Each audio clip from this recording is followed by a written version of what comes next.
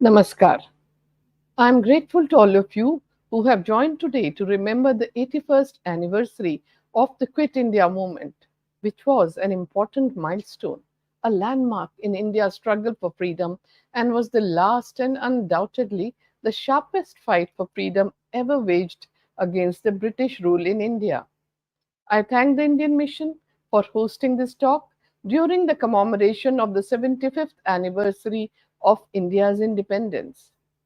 In August 1942, the Quit India movement was launched by Mahatma Gandhi during his speech, which demanded an end to the British rule in India. Gandhiji made a call to do or die in his Quit India speech, which he delivered at Gabalia Tank Ground on that day. Bombay was perhaps the most suited to the agitation as it had played a leading role in all the non-violent satyagraha movements, and its contribution to the 2 decades long non-violent movement was substantial. It was the leader in the boycott of foreign clothes, and Bombay's public squares had witnessed bonfires of foreign clothes. Both the communities had jointly addressed the meetings in mosques and temples. Thousands of satyagrahis were incarcerated in the jails. The Second World War had reached the Indian shore by 1941-42. This had shaken the invincible image of the British forces. There was immense fear and anxiety among the Indian masses and resentment against the humiliating, uncivilized, and obscene behavior of the white soldiers towards Indians. Gandhiji appealed for calm amidst fear and uncertainty and recommended establishing of the village defense units to guard against looting and robbing in times of anarchy. There was famine in parts of India, and the government's action for supplying food to the remote areas proved difficult. Such and similar other incidences convinced Mahatma Gandhi to take a stand that the only solution was that the British should withdraw from India. He saw this as beneficial for both the parties, India and England. Therefore, Gandhiji demanded British rulers should withdraw from India. His demand for the British withdrawal was a result of the unnerving conditions created by the World War and his own assessment of the British character. Gandhiji appeared optimistic about the outcome. The Quit India movement surpassed all the earlier movements, including the Great Revolt of 1857, in dimensions and intensity. People from all the provinces of India took part in it. The upsurge of masses and their readiness to sacrifice everything for the emancipation of the motherland showed their grim determination to throw off the foreign oppression. It was a civil disobedience movement launched because of Mahatma Gandhi's call for satyagraha. Since 1936, he had been in his Sevagram ashram in Maharashtra, leading a life of voluntary poverty and bread labor, and was involved in mobilizing and training Indians to dedicate themselves for constructive programs for establishing justice and dignity for the poor people living in the villages of India. On 25th February 1942, Winston Churchill, the then Prime Minister of England, appointed a subcommittee to study the Indian problem. The committee sent Sir Stafford Cripps, a British statesman, a member of the War Cabinet, and a diplomat to discuss the British government's draft declaration on the Constitution of India with certain conditions. It said that India should be made a republic with the condition that she will join the Commonwealth as a dominion associated with the United Kingdom. Cripps wanted to hold discussions with the representative Indian leaders from all parties about this proposal. He came to India with a personal prestige, goodwill, and authority on 22nd March 1942 and began his work on the same day. He met most of the Indian leaders except Mahatma Gandhi. The British Viceroy Linlithgow advised him to talk to Mahatma Gandhi if he wanted to succeed in his mission. They requested Mahatma Gandhi to come to Delhi from his Sevagram ashram in Maharashtra. Both met on 27th March 1942, and the meeting lasted well over 2 hours. The proposal seemed to Gandhiji as laughable. Gandhiji saw the shortcomings clearly and said that the proposal was like a post dated check. Later, Cripps reported about Gandhiji's remarks in these words, and I quote, he said he thought it would have been better if I had not come to India with a cut and dried scheme to impose upon Indians. Unquote. Cripps continued having dialogues with other leaders but did not meet Gandhiji again. Most of the political parties and the groups of that time rejected the proposal later. Cripps' mission was a failure subsequently, and they blamed the Congress and Gandhiji for the failure of his mission, which was not true. Cripps left India on 12th April for England. Gandhiji feared that the country would despair at this failure.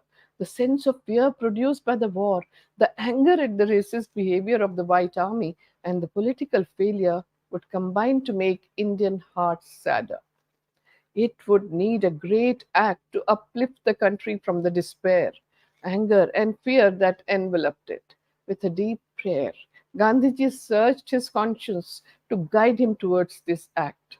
In April 1942, he placed a draft resolution proposing that the British should withdraw from India for the sake of their own safety, for the security of India, and for the cause of the world peace.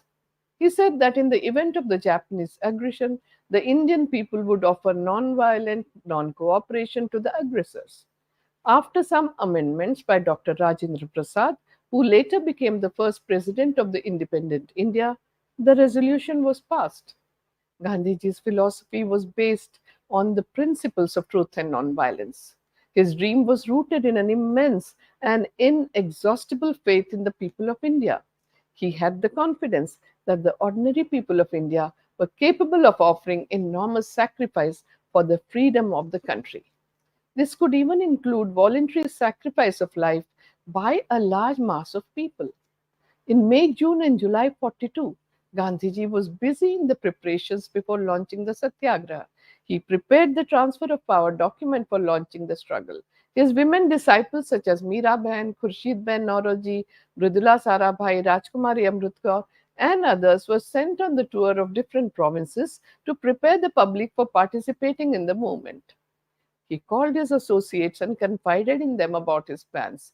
Gandhiji was confident that the strategy would evolve in response to the changing circumstances. He felt instinctively that now was the time to test nonviolence. In all his experiments with nonviolence, Gandhiji had remained steadfast to the ideals, but changed his strategy to suit the demands of the situation facing him.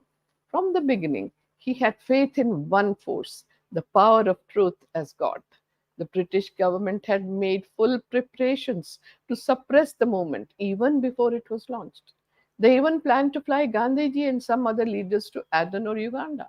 But it was given up in view of Gandhiji's health, opposition of the Indian members of the Viceroy's Executive Council, and it was decided instead to detain Gandhiji in Pune in Maharashtra. The main emphasis in the Quit India resolution was that non-violence is the basis of the movement. It also said that ending the foreign rule is our aim, subject to inexorable condition of non-violence. There was no mention of any type of sabotage and violence, and they directed the movement to follow the traditional practice of satyagraha. In the month of August 1942, two sides faced each other in the battle for freedom. On one side were the British rulers, on the other, an ocean of satyagrahis. The first side was led by Prime Minister Winston Churchill, who had declared that he had not assumed power to oversee the dismantling of the empire. The army of satyagrahis was led by a man who had discovered a new mode of struggle. He had experimented with it for over 3 decades and a half in two continents, and its method and usage had changed with every satyagraha. Mahatma Gandhi had brought a new turn and a new element to his strategy every time. The real strength of this leader was soul force, and his determination was no less than the man who opposed him. His associates were men and women of great virtue who had, through fiery ordeals, purified themselves. The millions of Indians were the foundation of the Satyagrahi army. The British government was prepared in every respect 4 days before the leaders met in Bombay in the first week of August 1942 for the session. Thousands of people had reached Bombay and waited for Mahatma Gandhi's command. and their focus was on the events that were to unfold at the Gabalia tank ground. Gandhiji had asked the British to voluntarily leave India for their own good. This appeal was etched in the hearts of the people in two words: quit India. These two words had electrified the people. Moreover, Gandhiji had also said that each one was his or her own leader within the limits of nonviolence in this short and decisive struggle. People were eager to give a momentum to the struggle. The educated sections of Indians had voluntarily and gladly gone to jail for the first time during the non cooperation movement. During the civil disobedience movement of 1930-32, women had come through as brave warriors. This time, young and old, women and men were ready to take the plunge till their last breath.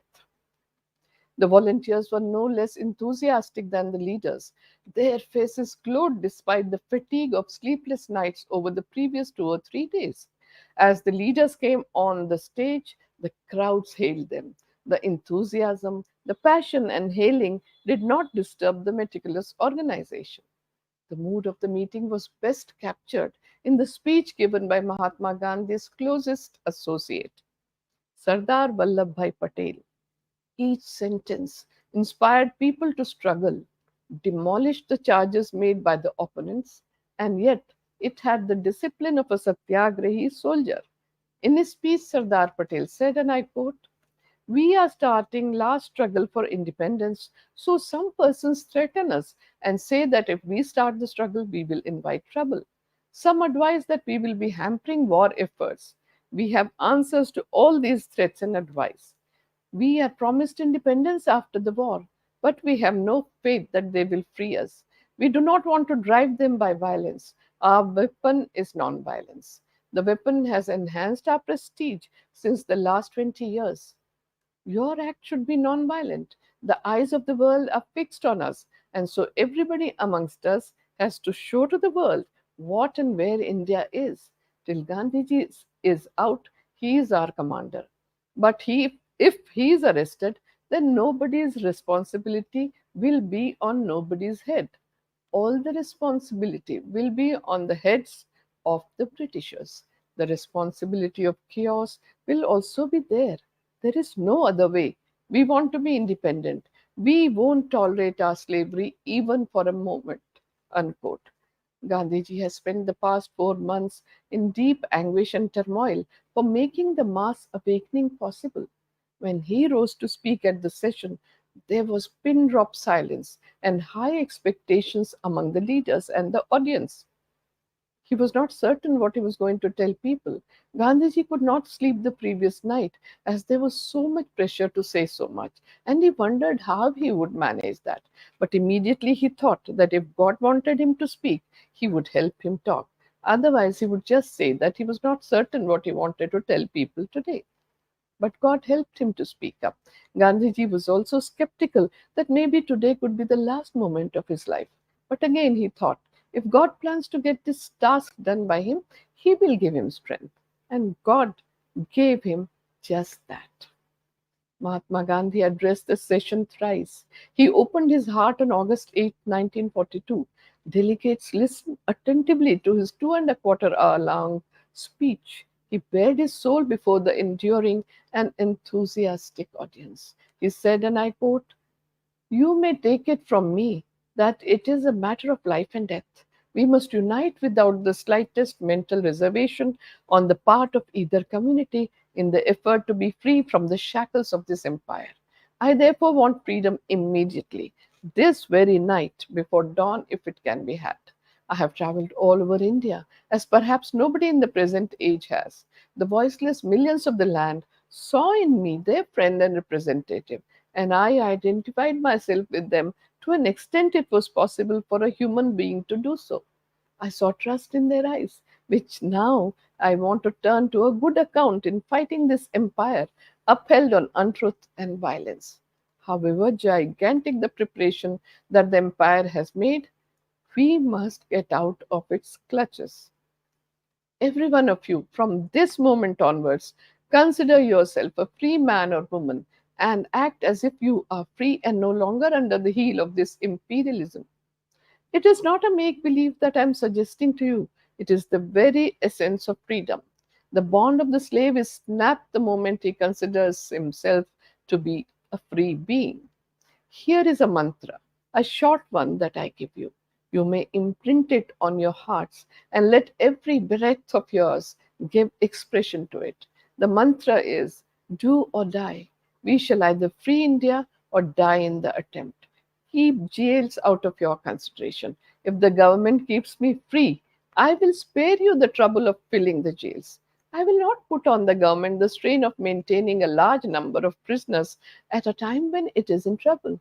Let every man and woman live every moment of his or her life hereafter in the consciousness that he or she lives for achieving freedom and will die if need be to attain that goal. Take a pledge with God and your conscience as witness. You will no longer rest till freedom is achieved and will be prepared to lay down your lives in the attempt to achieve it. He who loses his life will gain it. He who seeks to save it will lose it. Freedom is not for the coward or the faint hearted. Unquote. Gandhiji made special appeals to the press, the princes, the public servants, and the students.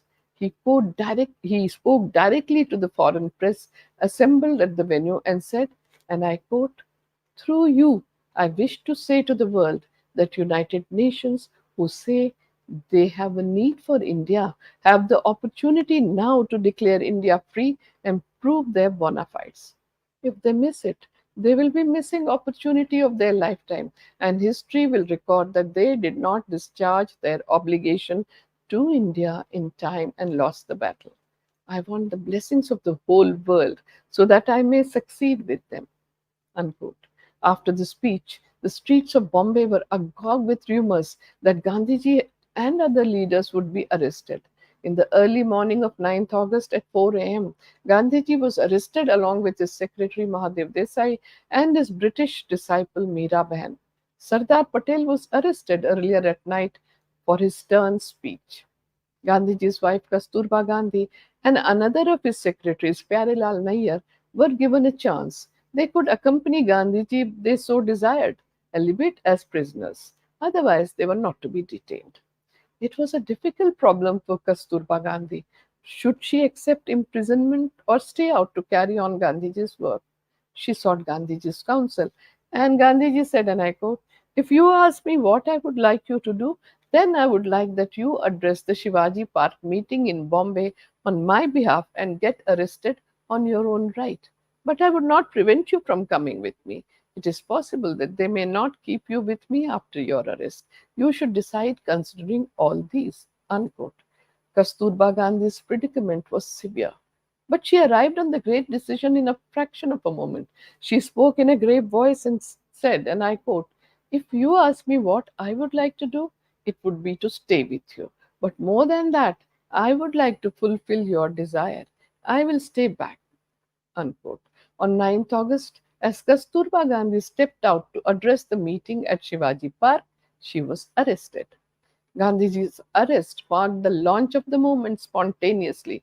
The government's response to the movement was quick.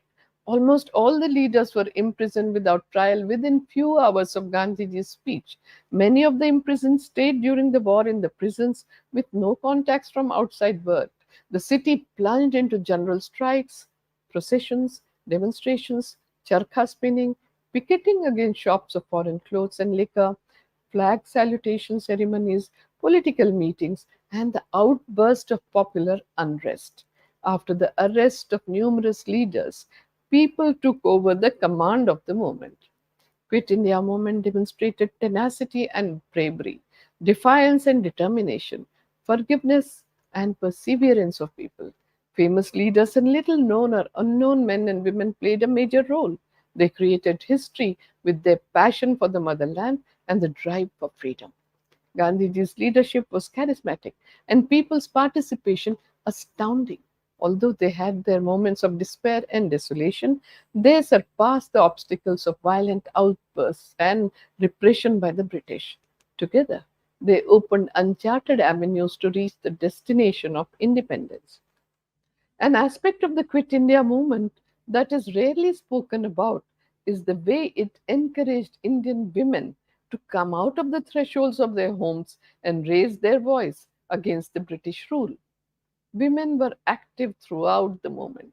As most of the leaders and men were behind bars, women took to the streets, raising slogans, holding public lectures, organized processions, distributed bulletins and other nationalist leaflets, held demonstrations, continued spinning, taught Hindustani, and brought Gandhiji's message in the precincts of home. The women of India at large were endowed with a new spirit on the call of Mahatma's do or die. There are few women whose contribution history can never forget, like Usha Mehta of Bombay, who kept up the struggle through the underground radios, passionately propagating the message of freedom and disseminating information about the struggle against the coercive rule of the British government. Aruna Asaf Ali unfurled the national flag at the hoisting ceremony at the Gavalia Tank Ground on August 9, 1942. Sucheta Kriplani established contacts with groups still active throughout India and encouraged them to continue non-violent activities. Dr. Sushila Nair was imprisoned with Kasturba Gandhi. Mahatma Gandhi and Mahadev Desai in Aga Khan Palace Jail in 1942. Rajkumari Amrit Kaur led processions day after day, faced the police brutality 15 times, and was arrested subsequently. Matangini Hazra from Midnapur district, West Bengal, led 6,000 supporters holding the tricolour flag high to capture the Tamluk police station until she was shot dead by the British Indian police in front of the Tamluk police station on 29 September 1942. Students from various institutions and colleges were active during the moment. The government took recourse to arrest and firing, leading to further chaos and disorder. Unrest spread to the interiors of the Bombay presidency. Like in the other provinces, the police and the British Army in India led a violent crackdown, arresting over 100,000 persons. The total civilian deaths after the Quit India protests, however, were closer to 1,000. The underground press contributed to getting Mahatma Gandhi's mantra out to the masses. Do or die became the unifying rallying cry for the civil disobedience campaign that spread across the subcontinent and lasted from August 1942 to September 1944. The traditional Indian attitude of passivity somehow vanished. This was truly something great accomplished by Gandhiji. Perhaps he himself was not aware of the forces he was unleashing.